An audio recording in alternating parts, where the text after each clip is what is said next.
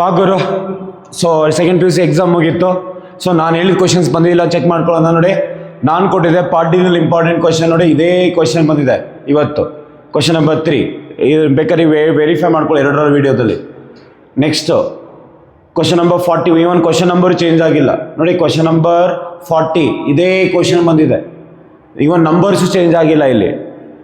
Okay, next question number 41 ಇದೇ question. ನಾನು important ಅಂತೂ ಹಾಕಿದ್ದೆ ನೋಡಿ, ಇಲ್ಲೇ ಇದೆ ಗೀಟ್ ಅವತ್ತು ಹಾಕಿದ್ದು.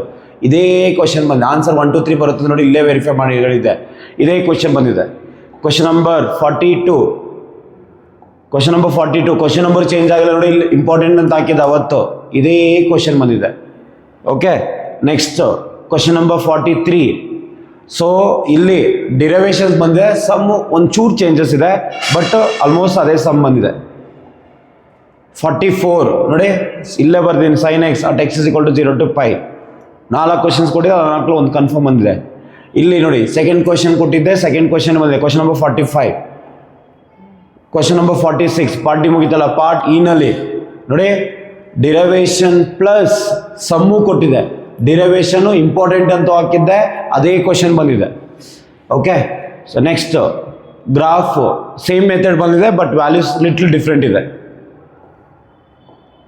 Continuity a inverse same type sum, but numbers little changes ಇದೆ ಅಷ್ಟೇ. ನೆಕ್ಸ್ಟ್ ಕಂಟಿನ್ಯೂಟಿ ಸೇಮ್ ಸಮ್, ಏನು ಚೇಂಜಸ್ ಇಲ್ಲ ಕ್ವಶನಲ್ಲಿ ನೋಡಿ. ಪಾರ್ಟ್ ಡಿ ಬಂದಿದೆ. ಇದೇ ಥರ ಇವಾಗ 10th ಸೀರೀಸ್ ಸ್ಟಾರ್ಟ್ ಮಾಡ್ತಿದ್ದೀವಿ. ನೀವು SSLCನಲ್ಲಿ ನಿಮಗೆ SSLCನೂ ಇದೇ ಥರ ಇಂಪಾರ್ಟೆಂಟ್ ಕ್ವಶನ್ ಬೇಕು ಅಂದರೆ ಕಮೆಂಟ್ ಬಾಕ್ಸಲ್ಲಿ SSLC ಅಂತ ಕಮೆಂಟ್ ಮಾಡಿ. Thank you.